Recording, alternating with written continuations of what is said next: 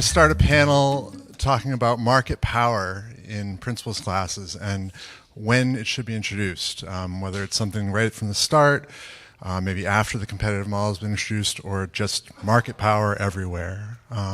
So my name is Matthew Davis. I'm an assistant professor of economics at Siena College. I'm going to be moderating lightly a panel of people who have thought greatly about when to do market power in these principles classes. So our panelists today are from, let's see, your left to right, Dr. Jim Booker, who is professor of economics at Siena College, where he teaches principles and intermediate micro classes and economics of the environment classes. Dr. Smita Ramnarayan from University of Rhode Island, where she teaches principles and development classes in particular. Dr. Alex Gaynor, an instructor at the University of Alberta, where he teaches principles and quantitative methods courses. And Dr. Stephen Rubb from Sacred Heart, the Jack Welch College of Business, who has written a bit about the topic. You may see his book out in the hallway. So they have all got some prepared comments about sort of what their view is on when this should happen. We're going to go through those pretty quickly, and then we're going to give you time to ask questions about any of them and their method and successes and failures that they've had. So to get us started, Dr. Jim Booker, thanks. All right. Thank you, Matt. Well, it's wonderful to be at a conference, as has been previously mentioned, where we can think about our teaching and focus on what we want to do with that. First, a premise with me. With few exceptions, I believe that we should teach, right along with our first presentation we had, the big questions. The questions that are on the minds of our students, that are on the minds of our colleagues, that are on the minds of people around the country. We should do this broadly in most, if not all, of our economics classes, but particularly in principles.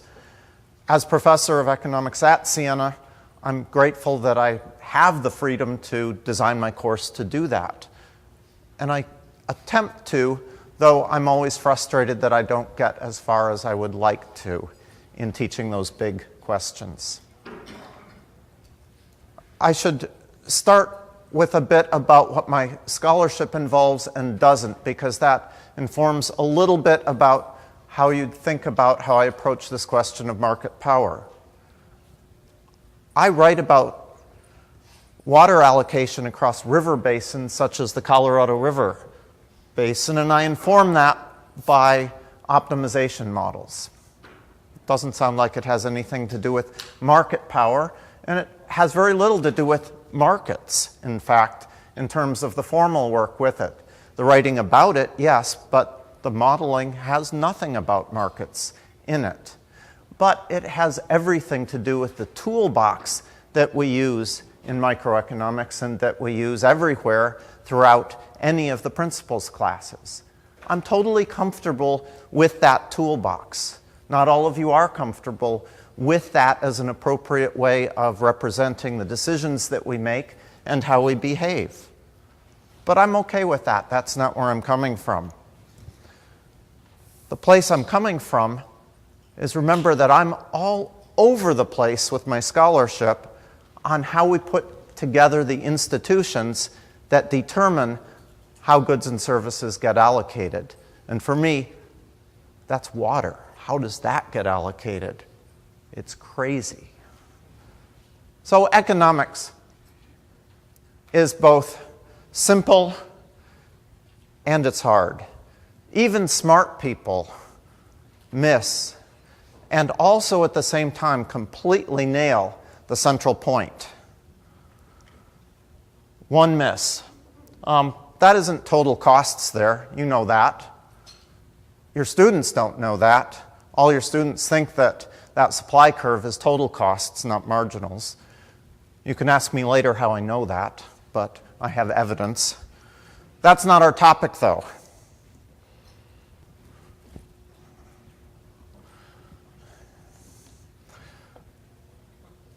One bullseye here.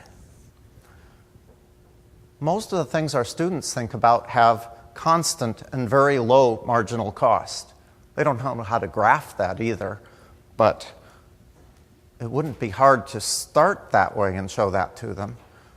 But, oh yeah, there's a second miss here.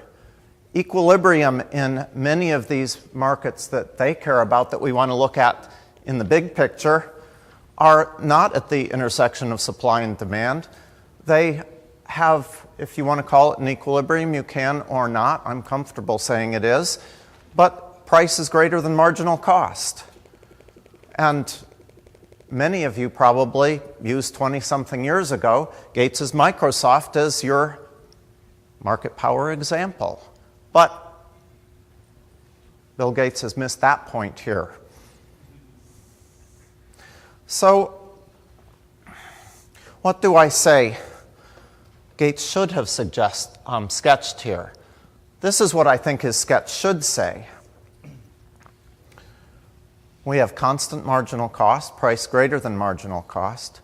It's not that complicated, and even a principal student can get it, especially if they haven't been indoctrinated ahead of time by this. But I'm not actually advocating this graph either. At the end, we'll get what I'm really saying. So I've told you that I'm no specialist at all in markets or market structure, and I observe the world around me and I ask what the professionals are saying. And what I observe is that the discussions at the highest level of economics today are increasingly focused on market power as a factor in explaining the big questions. Why is inflation not growing faster? Why are real wages stagnant? Why is healthcare increasingly unaffordable? How did Apple become the first trillion-dollar company? I don't know how to answer these at the beginning of a principles class.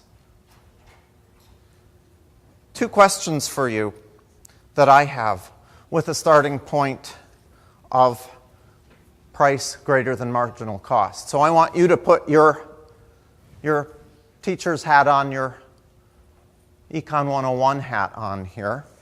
What would the effect in the market for EpiPens be if there's market power there, price is greater than marginal cost? What would the effect be of a price ceiling that is put at the right spot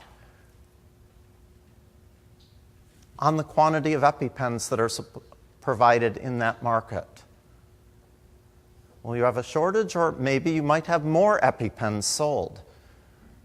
What we get in that chapter is not what we want. And let me ask this. What about the effect of a wage price floor?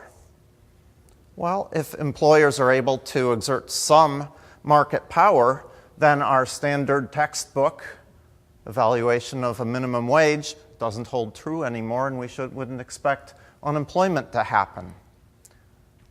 We could use that to ask critical questions with data about what we see in the studies on effects of minimum wage, and maybe why those studies do not lead to consistent results when they look at different kinds of minimum wage markets. But my main point is that in the way that we structure our principles classes, I'm not picking on any particular book here, but it seemed like the representative one to use for this conference. How am I supposed to answer these questions when I don't get to Monopoly until the course is almost over? And if you look in the fine print there in Chapter 13, you can see where market power really shows up with any substance, shall I say. So what do I do? From the very start of the course, from the very beginning, when supply and demand show up together, I always show two possible market solutions, two possible market outcomes. One that shows price greater than marginal cost, one that shows our traditional competitive market solution. And we ask what model is appropriate and what to answer which question. We can ask about models and where they should be applied and where one is better than another one. I certainly don't say a word about marginal revenue. Maybe very late, much later in the course, but all I say, the price, is something the business wants to set, and often they have the power to do that. All right, thanks, Jim. Smita. Hello, everyone. How are we doing today? Good? 3:30 p.m. on a Friday? Yeah? Everyone doing well? Great. So I'm actually going to talk a little bit about 3 questions in my presentation, and I apologize in advance for using a script because I think somebody before here mentioned that professors are storytellers, and this is a self-discipline mechanism. I don't want to go on and on about something, so I'm using this just to keep me in control, keep me in check. So what I want to talk about today is probably going to be a little bit different than my fellow panelists, my esteemed co-presenters here.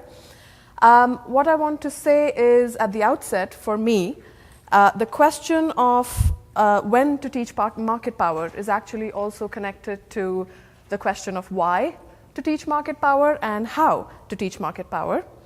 And I'm going to make one other point, and I'm going to explain that in the next couple of minutes. I also don't want to only talk about market power in what I'm talking about, but also the power of markets.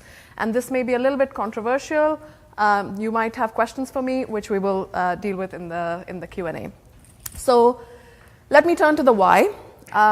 What I heard from most of you today was that a principles micro or macro class in many institutions, such as the ones in which many of you teach, is a general education type of course, yes? For how many is it a gen ed type of course where you get majors from business, from pharmacy, maybe from literature, so on and so forth. So there's quite a few. So that is my context. I'm at the University of Rhode Island.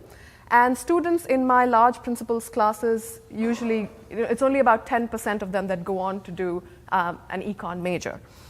So one of the key roles of a principles class, as many of you might agree with me, is to actually provide students with some sort of basic toolkit, right? Those critical reasoning skills, critical thinking, just so that they emerge at the other end of the semester as more informed students, asking why the world is structured the way it is, right? Being able to open up a newspaper article and understanding what that's all about. So those kinds of skills are what I'm talking about. And if this is the task, as I understand it, then economic theory, the way we teach it in a principles class, is fundamentally connected to the lens by which we might view the world and shaping our experiences of it.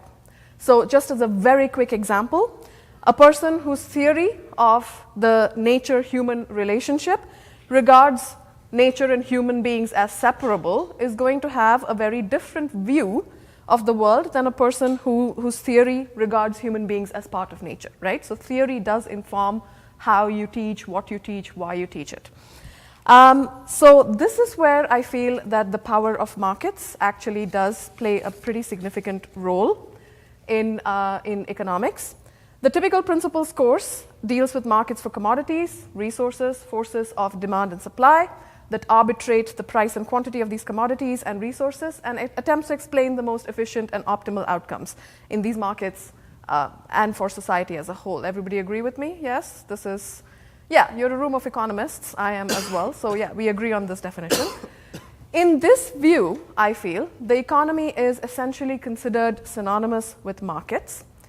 Perfectly functioning markets are considered the ideal, while market power is typically presented as one of the aberrations that occur from time to time, right? So a few firms having a lot of power, able to distort the market, whether someone's behavior impacts somebody else, and that's not market power, but go with me on this, or where the government decides that it might want to provide some goods and services. All of these are aberrations.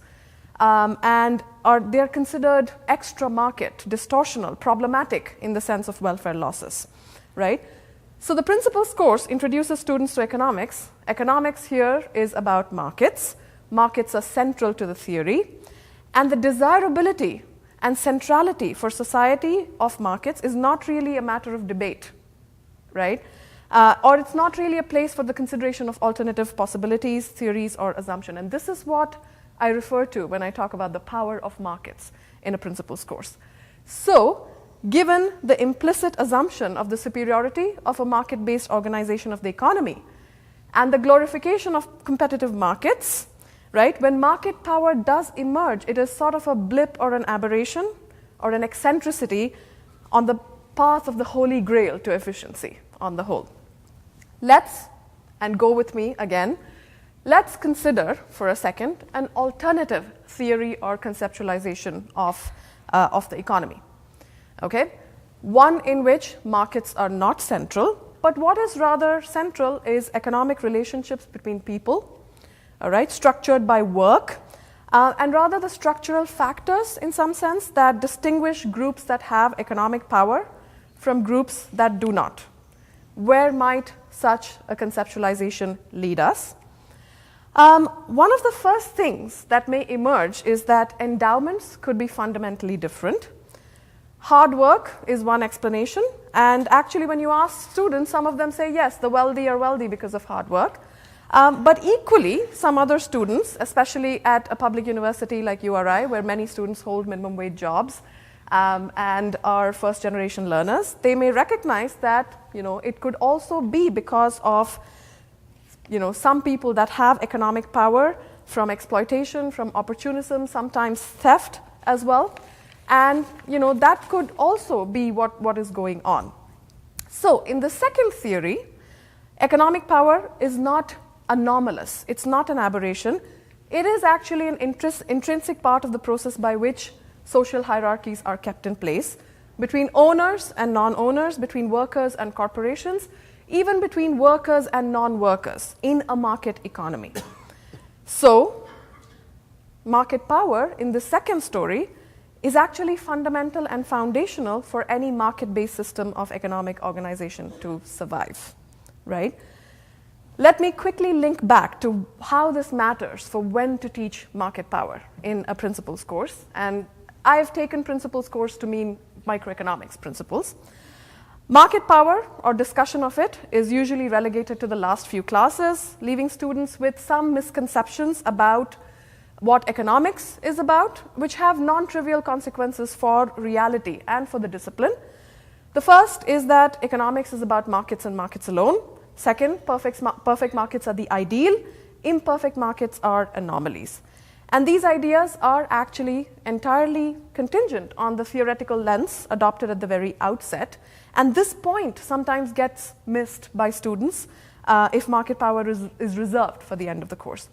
On the other hand, if you do flip the theoretical framing a little bit, then there are, I think that there are many opportunities and many interesting places where market power can be very useful to a discussion in a principles class.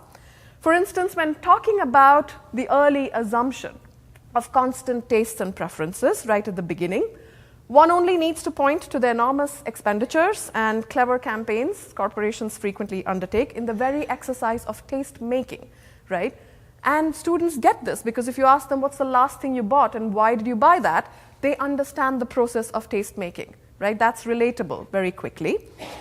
Similarly, when we talk about assumptions around fixed endowments and we may ask how market power enables the accumulation of those endowments and how those endowments are distributed or how the market might make those distributions for us. And here I just want to paraphrase Warren Samuels, who's a pretty great legal economist.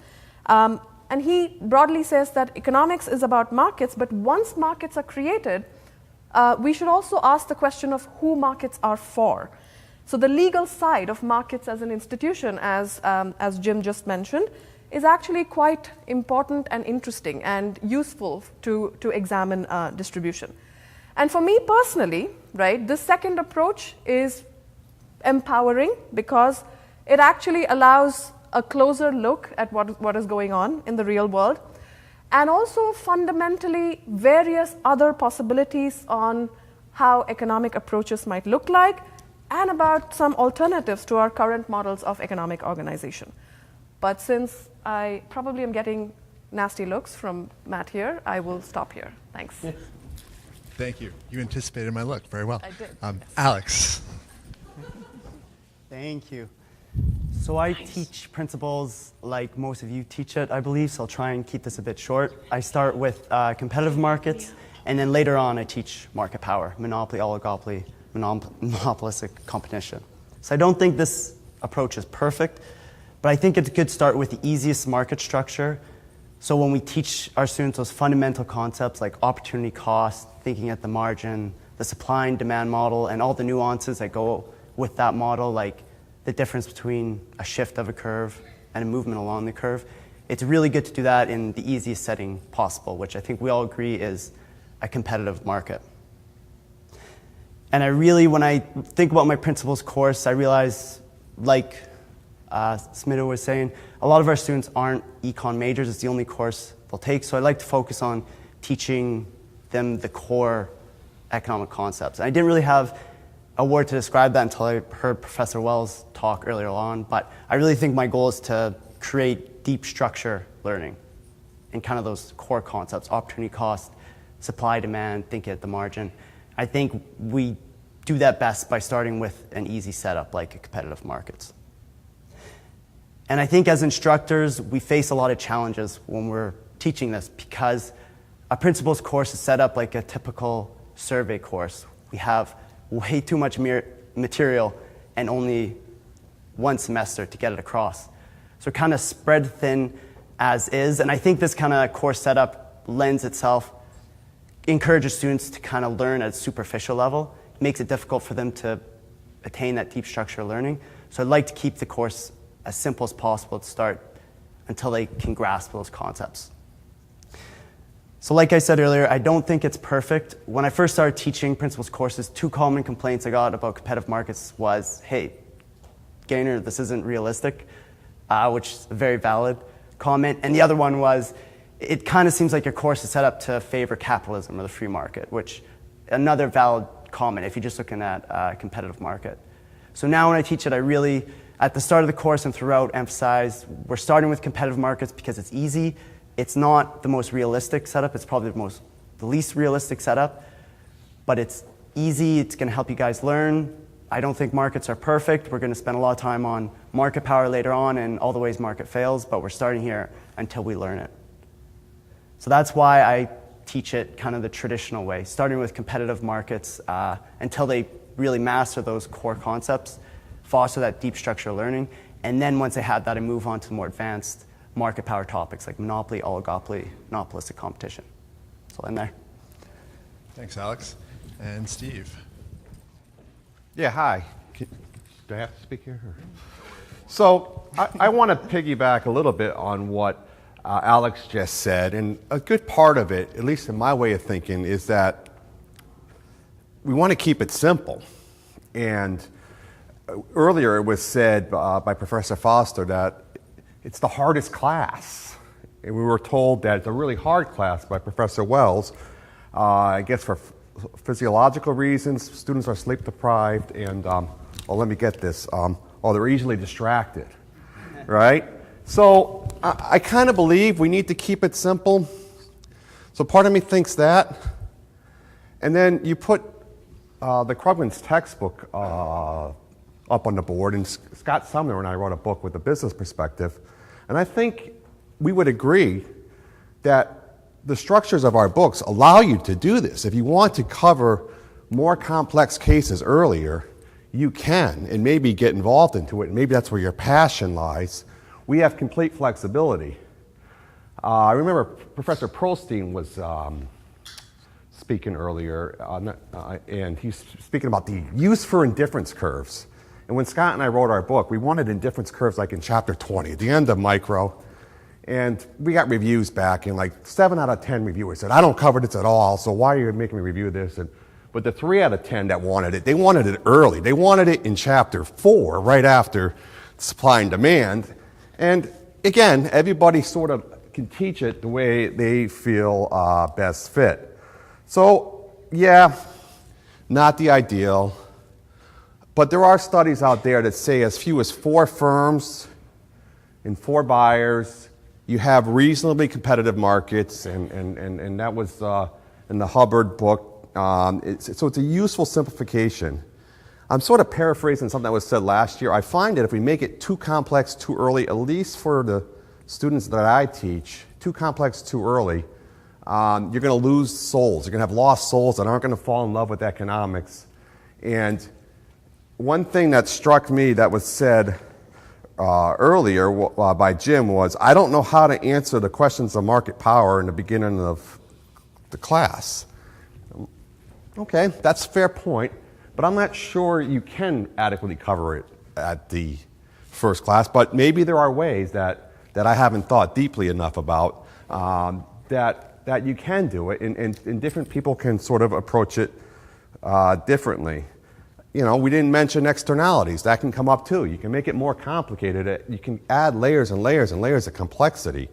But these are sort of the intro-level students. So I like to try to keep it brief, keep the reading light, try to come up with interesting examples. We have business briefs in our book, and other books have these little paragraphs of sort of economics in action and things of that nature. All of these are useful tools that maybe we miss some issues that are important to some, but we capture others that are important to others, and we try to find the right balance. All